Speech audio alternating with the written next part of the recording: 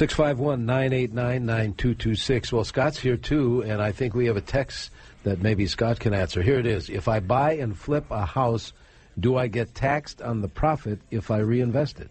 Denny, generally, when you're purchasing and flipping a home, buying it, holding it for a short period of time, making improvements to it, you're in the trade of business of holding inventory and actually selling it. And there is no way to exclude that gain or defer that gain. You will pay tax on that gain. Now, if you're buying as an investor and trading that property for other property, you can do like-kind exchanges. However, you have to be an investor, not a trader business. And if you're buying, holding for a short period of time, and flipping that house, you're going to be treated as a trader business, and it will be taxable immediately.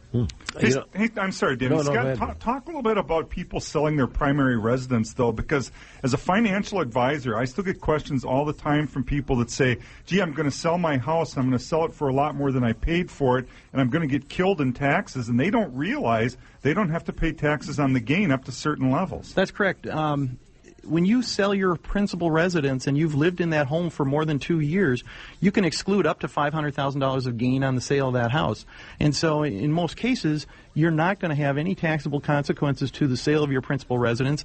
There are situations where your gain is going to be more than the $500,000, and yes, you will have capital gains treatment on that.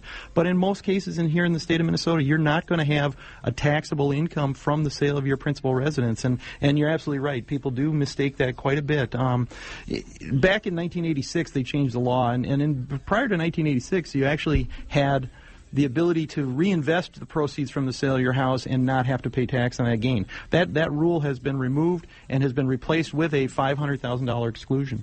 This type of knowledge that you have, Scott, as a tax preparer, and the first question, Andy, about the auction, this type of knowledge is why people, in my industry, I run into do-it-yourselfers, and I tell them all the time, you're better off with an advisor than by yourself, and we can prove it. But the same is true buying a house, doing taxes. People need to get professional guidance on these things.